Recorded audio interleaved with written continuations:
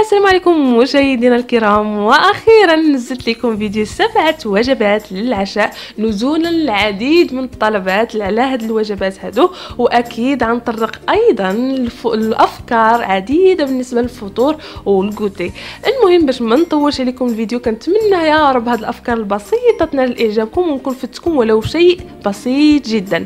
بالنسبه لليوم السبت، بما انني تعودت معي نبدا الاسبوع بيوم السبت، فكانت عباره عن قنينطات معمرين. كنشحر شويه البصله، كنضيف ليها شويه ديال الملحه، شويه ديال البزار، ومن بعد كنضيف عليها القليل من الكروفيت وايضا بودره الثوم. من بعد ما كيتشحروا فتقدروا تعوضوا الكروفيت بالطون او اللحم او الدجاج اللي بغيتو. كميه مهمه من المعدنوس، كميه مهمه من الفطر المعلب، ايضا الفطر الاسود والشعريه الصينيه.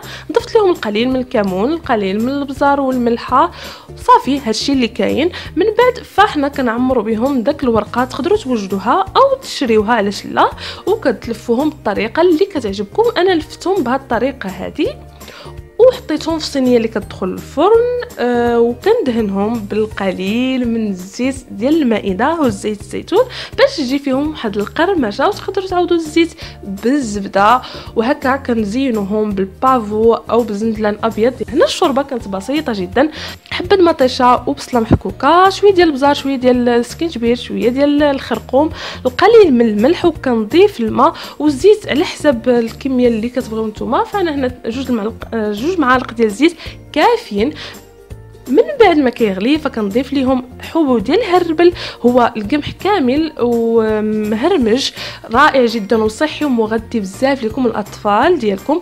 فمن بعد ما غسلتو ونقيتو ضفتو للشوربه وضفت عليها القليل من المعجون الطماطم، الكميه اختياريه ايضا. وفي الاخير كنضيف الربيع او قزبر ومعدنوس. فكان هذا هو العشاء بالنسبه ليوم السبت. شوربه رائعه جدا جدا ومغذيه 100%.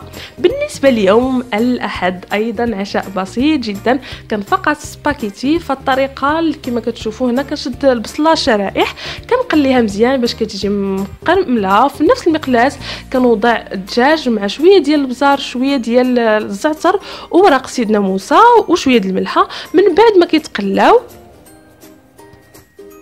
في نفس المقلاة كنوضع البصل المقطع رقيق جدا، الطماطم ايضا على حسب الكميه اللي كتعجبكم. بالنسبه للتوابل فكنضيف القليل من البزار، القليل من الخرقوم، القليل ايضا من السكينجبير وشويه ديال التحميره. من بعد ما تقلات مزيان فكنضيف ليها شويه ديال الماء، من الماء اللي كتغلى فيه سباكيتي، هكا كيعطي واحد القوام رائع جدا.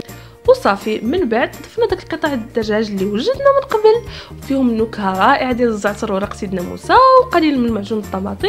وفي الاخير كنضيف رشه من القزبر ومعدنوس. كانت هذه هي وجبه العشاء بالنسبه ليوم الاحد، خفيفه، وكنزين بداك البصل. بالنسبه لوجبه الاثنين فهنا تقدروا تعتمدوها كوجبه غداء، علاش لا. فقط كناخذوا الباذنجان، كنقطعوه على شكل شرائح وكنشحروه مزيان في المقلاة باش كيولي كيطوع معنا. الا بغينا نلفوه تقدروا تستعملوا هذه الطريقه، تدخلوه الفران. فانا من قبل حطيت لكم فيديو على القناه طريقه قلي الباذنجان في الفرن. هنا من بعد ما تقلى في نفس المقلاة وضعنا بصله، يعني بصله مقطعه رقيقه، مطيشه، ورق سيدنا موسى، شويه ديال الزعتر، شويه ديال الكمون والبزار وشويه ديال الملحه والقليل من الطماطم او معجون الطماطم.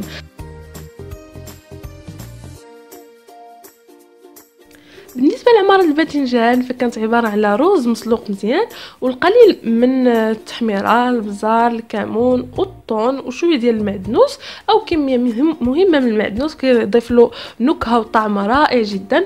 كانت هذه هي التشرميله البسيطه والعاديه بالنسبه لهاد الوجبه هذه. ففقط من بعد ما كنخلطوهم كنشد شرائح الباذنجان وكنلفوهم بهذه الطريقه هذه، سهله وبسيطه، وكنحطوهم في صفيحه اللي كتدخل الفرن. من بعد كنسقيوهم بداك صلصه الطماطم اللي وجدنا، وكنضيفوا كميه قليله من الفرماج او الجبن، او تقدروا تستغنوا عليه او تعوضوه بصلصه البيشاميل، يعني لكم كامل الاختيار. فالوجبه رائعه جدا ومختلفه بطبيعه الحال على الوجبات الاعتياديه.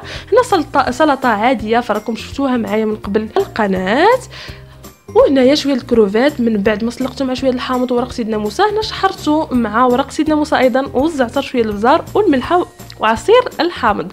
كانت هذه هي وجبه العشاء بالنسبه ليوم الاثنين.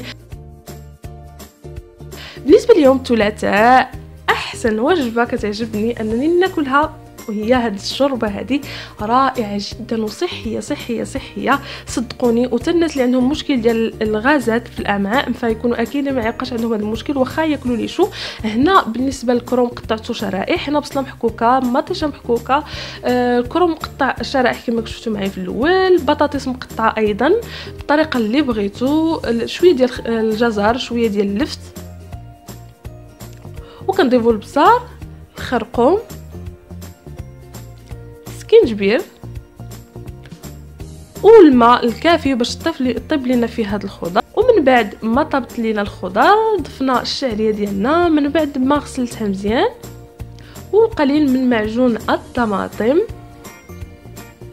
وكانت هذه هي وجبه العشاء رائعه صدقوني. هاد الوجبه هذه اللي كنبغي بزاف بزاف وكتجي بنينه بزاف وصحيه ليكم وللاطفال ديالكم. قدمتها مع الكرموس والتمر.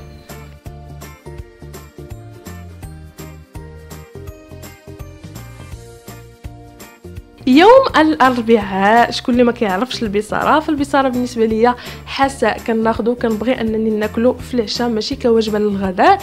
طريقتي ديال البصاره هنايا كما كتشوفوا كنخلط الجلبانه والفول، بصله مقطعه على جوج، كميه مهمه من الربيع، شويه بزار، ملحه، الكمون ما كنديرهاش في الاول، وهنا فصوص ديال الثوم كميه ايضا مهمه على حسب الذوق ديالكم، والقليل من الملح. من بعد الا بغيتو نتوما طيبوها على مهل بحالي فانا كنخليها طيب على خاطرها. كنتو مجروبين فمجرد انكم تضيفوا الماء وتبدا تغلي كتحيدوا داك الكشكوشه وتسدوا الكوكوط ديالكم. هنا كمرافق لهذا الطبق فانا خديت البطاطا حلوه، تعجبني فقط بهذه الطريقه هذه، مشويه في الفران، كنقطعها شرائح، كنضيف ليها زيت الزيتون ورشه قليله من الملح، كندخلها الفران فهي كتاخذ شويه الوقت في الطياب، كنديرها من الفوق. من بعد ملي كنحس بها بدات كطيب عاد كنهبطها للتحت، والفران كيكون ماشي قليل بزاف ماشي مجهد بزاف باش طيب لكم على خاطرها، فكتجي رائعه جدا جدا وصحيه بهذه الطريقه هذه، صحيه بزاف بزاف لكم والاطفال ديالكم، خصوصا الاطفال مهمه بالنسبه لهم. هاد الطبق ديال البطاطس الحلوه فهي غنيه جدا بالفيتامينات. كانت هذه هي الوجبه البسيطه بالنسبه ليوم الاربعاء. ايضا كنتمنى انها تنال اعجابكم. بالنسبه ليوم الخميس فكانت حريره ديالي حمقى شويه ماشي كالطريقه المعتاده كما تشوفوا معايا. هنايا كناخذ الحمص اللي مفزك من قبل، جوج حبات ديال الفلفله حمراء، فهذه هي اللي كتعوض لينا صلصه الطماطم اللي غنضيفو في التالي ما نضيفهاش. مطيشه بالشغل ديالها، بصله كما كتشوفوا صحيحه، الفته مقطعه على جوج، بطاطا وخيزو والقرعه، تقدروا تضيفوا حتى القرعه الحمراء، فانا هاد المره ما كانش عندي هادشي اللي كاين. من بعد كنضيف شويه ديال سكينجبير، الخرقوم، بزار، كنجبير، التوابل كتضيفوهم على حساب لو غو ديالكم نتوما كي بغيتو الحريره تكون. انا كتعجبني حاره شويه، وضفت الماء وكميه من الزيت يعني على حساب الذوق ديالكم. من بعد كنصد عليها في الكوكوط على من نحس بانها طابت. انا جبت الخضر بوحدهم وطحنتهم فهادو باش غندور الحريره ديالي في بلاصه الطحين. هنا دورتها بشويه ديال الروز وشويه ديال الشعريه. هنايا شحرت شويه البصله باش نعمروا الفطيره التركيه ديالنا، شحرتها مزيان، ضفت ليها فلفله حمراء، فلفله خضراء، وخيزو مقطع شرائح رقاق او محكوك رقيق. من بعد شحرتهم شويه، ضفت ليهم الكفته، شويه ديال المعدنوس، شويه ديال البزار، شويه ديال الكمون، شويه ديال التحميره، والقليل من الفلفل الحار، ولا كانت الهريسه حتى هي ضيفوها، وكنخليهم يتشحروا مزيان شويه على من طيب لينا داك الكفته.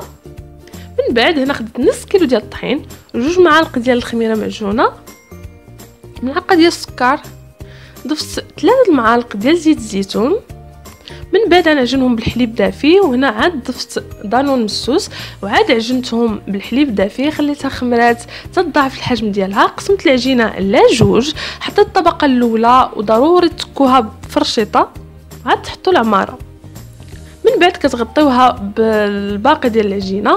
هنا من بعد ما طابت يعني قربت تحمر، جبدتها دهنتها باصفر بيضه وزينتها بالحبوب ديال البافو وشويه ديال الفرماج.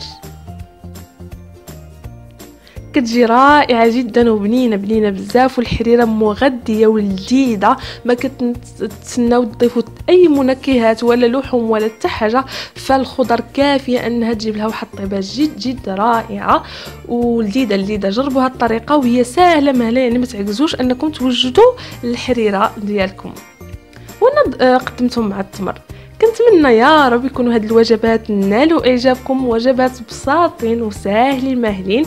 وايضا الا كانت عندكم شي استفسارات، اسئله، شي حوايج اللي باغيين تعرفوا او نضيفهم للقناه، فما تنساوش تخليوا لي التعليق ديالكم، فالتعليق هي اللي كتحمسني انني ننزل لكم فيديوهات اكثر واكثر. تعاليقكم كتعطيني واحد الطاقه ايجابيه تحمسني انني نشارككم معايا افكار كثيره. ايضا ما ننساش الناس اللي طلبوا مني وجبات الفطور والغوتي. بالنسبه لهنا ما حطيت لكمش وجبات بالنسبه للجمعه، فكانت وجبه عباره عن ديسير ما بغيتش نحطها حيت عايزيد يطول الفيديو، لهذا ارتأيت انني نحطها لكم منفصله على هذا الفيديو هذا ونضيف لها وجبات تحليه اكثر. فاكيد الا كنتوا باغيينهم فما تنساوش تخليوا لي طلباتكم في صندوق التعليق. كنتوا جدد معنا فمرحبا بكم. ما تنساوش تضغطوا على زر الاشتراك وتاكتيفوا الجرس باش يوصلكم كل جديد. احبكم في الله، خليتكم على خير.